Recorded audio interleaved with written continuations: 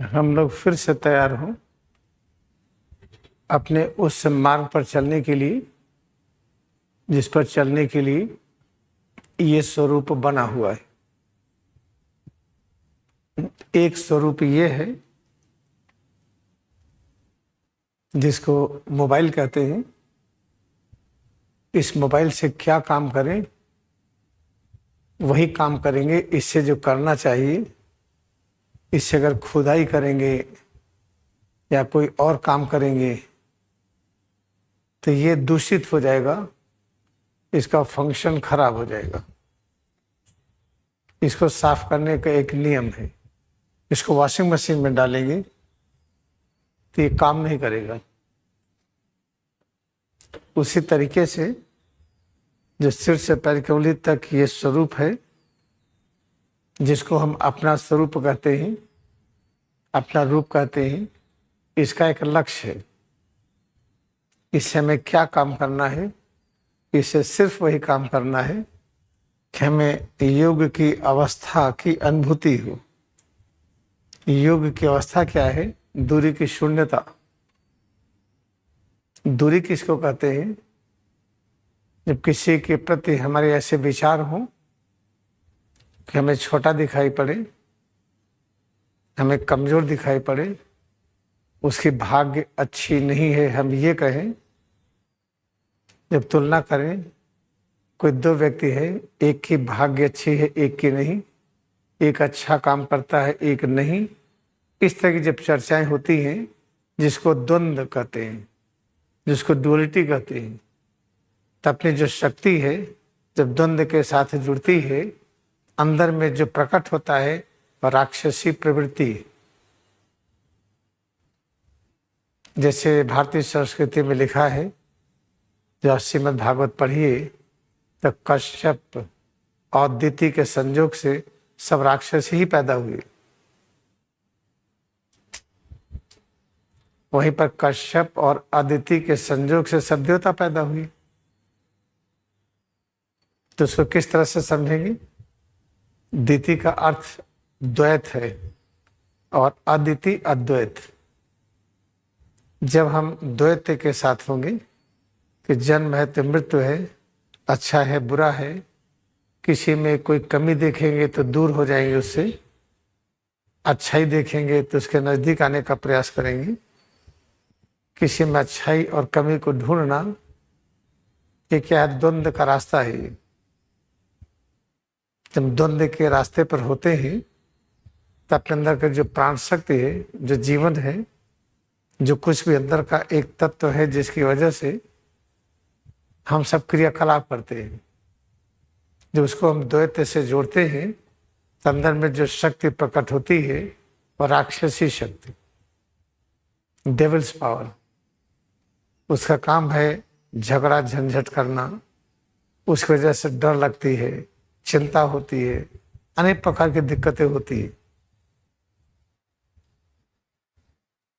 हमें करना क्या चाहिए? और सावधान होना चाहिए। आप देखिए महाभारत में,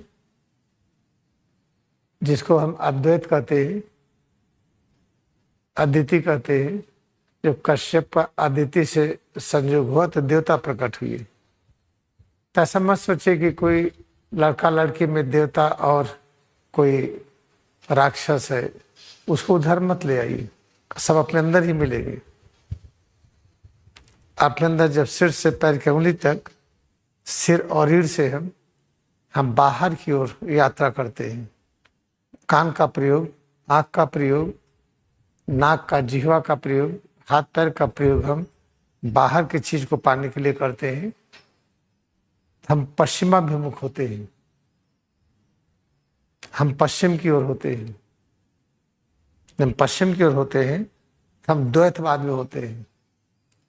सब मन में वही विचार आएंगे जिससे झगड़ा झंझट होता है। मन में वही विचार आएगा, वही भावना आएगी, वही सब चीज होगी जिससे सब झगड़े और झंझट होते हैं। याद रखिएगा। हमें क्या करना चाहिए, जो बहुत आवश्यक है, कि अपने अंदर की ओर हम यात्रा करें। कैसे करेंगे?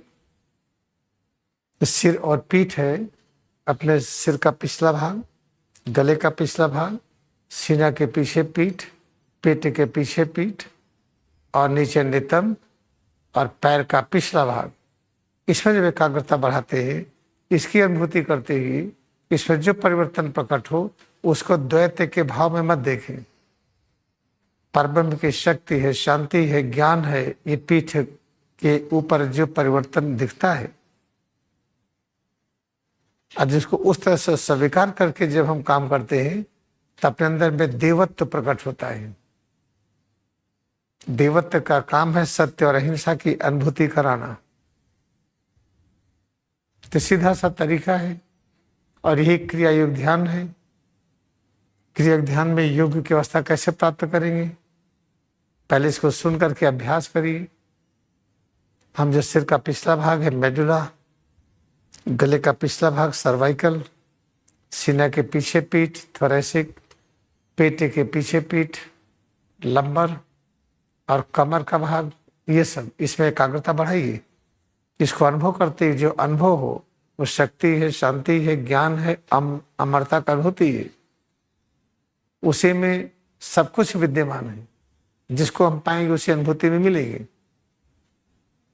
अगर इसको विचार रखते हुए हम कोई भी काम करते हैं तो पवित्र कर्म होता है। उस पवित्र कर्म को हम क्रिया कहते हैं। और पवित्र कर्म से जब जुड़ते हैं हम, हमारी पूरी की पूरे अस्तित्व की यात्रा हो जाती है योग की तरफ। योग है दूरी की शून्यता। किसी से दूरी की शून्यता? शक्ति से, शांति से, ज्ञान से, आनंद से, अमरता से, अतीत से, वर्तमान से, भविष्य से, सभी से। ये तो बड़ा आसान है, प्रयोग करके देखिए। इसको थोड़ा अभ्यास करिए तो इसको और अनेक तरीकों से हम समझाएंगे। Now try to understand again. Let us try to understand our existence head to toes. As here we have here mobile. When you see this mobile, then you will know the function. This mobile is having some specific work. When you have to wash it, you cannot put it in washing machine. What kind of work activity you will perform with this help of mobile? If you are going to use this in order to dug the ground, in order to just take the clay, in order to do other activities, then it will not function. And what is the important point we should have?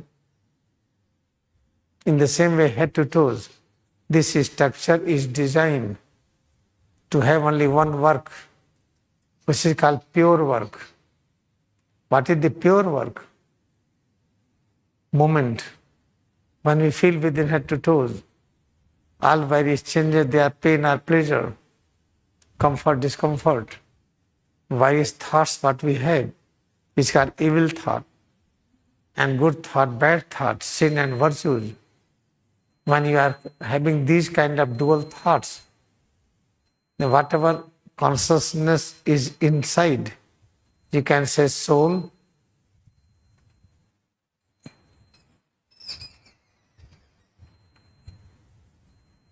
soul or Jiv Atma,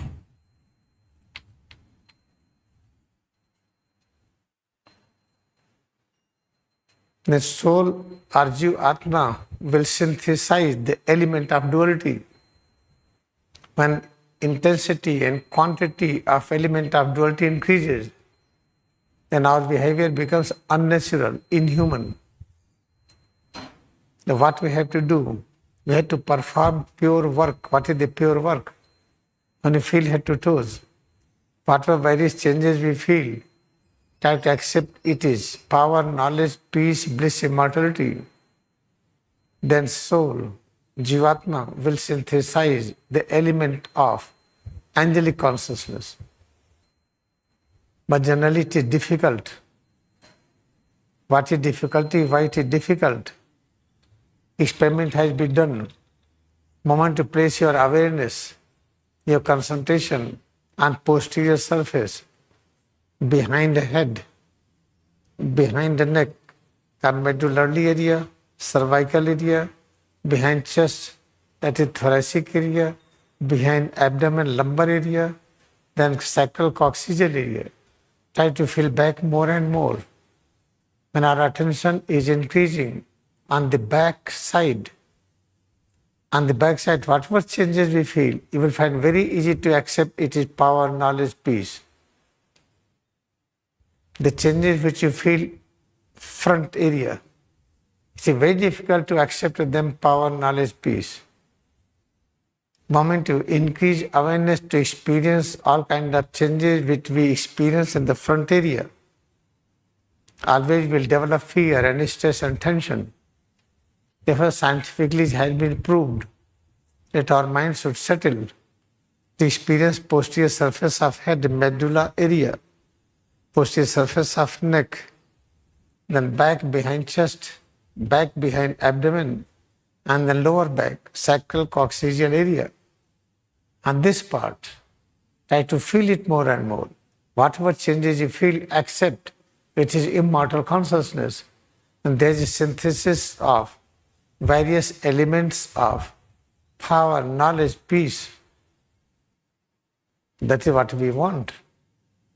And this whole process, when you practice this complete process, if I have to listen to you, I have to see you, I have to talk to you, any conversation, moment I feel posterior aspects of head to toes, then we will have unity. When try to experience the front area, all various changes, then whatever relation we will have, that will create problem. Tell us how to continue journey to experience a state of you, the activities what you feel posterior surface of head and cervical area, thoracic area, lumbar area, sacral coccygeal area. Appreciate all. Have this thought, idea and concept that within that there exists all in all. Do the experiment today up to the evening. Then I will give further detail of it again. क्योंकि थोड़ा सा सुनिए, उसको दिन भर अभ्यास करिए, तब आप अगला समझ पाएंगे. अगर ढेर सारी चीजें जो हम सोचते हैं कि और बताएं, हम बताएंगे तो आप अभ्यास कर नहीं पाएंगे. If I have to tell more detail of it, you cannot practice. Then what you have to do, whatever you have heard, try to use this practice in your daily life. Then evening I will give you further detail of it.